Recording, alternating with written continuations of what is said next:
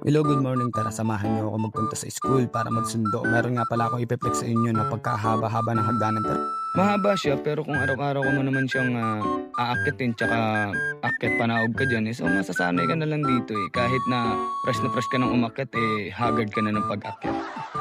Dapat dito, may grotto dito sa taas eh. Para hihingi ka na lang ng tawad pag akyat mo eh. At yan, kung makikita nyo, nahingal na ako dyan. Talagang inihingal ako dyan. Lumalaki na yung butas ng ilong ko dyan eh. Tara, samahan nyo ako maglakad at pagpawisan dito sa kalsadang to. Press na press ka nang pumunta talaga pagpapawisan ka talaga dito habang naglalakad ka.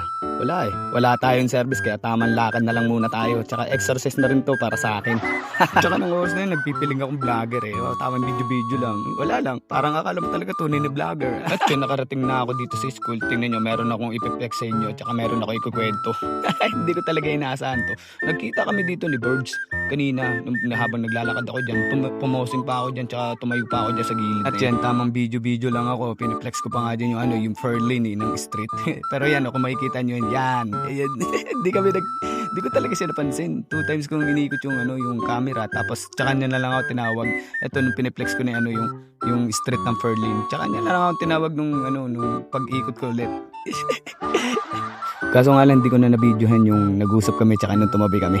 Fast forward tayo, eto na, nasundo ko na, hindi ko na nabidyohan kung paano lumabas. Pero ito, tingnan nyo naman, tinutopak talaga, manang-mana sa pinagmanahan. Ito yun, hindi ko na alam, pero suko ako dyan. Tingnan nyo ang ginawa ko dyan.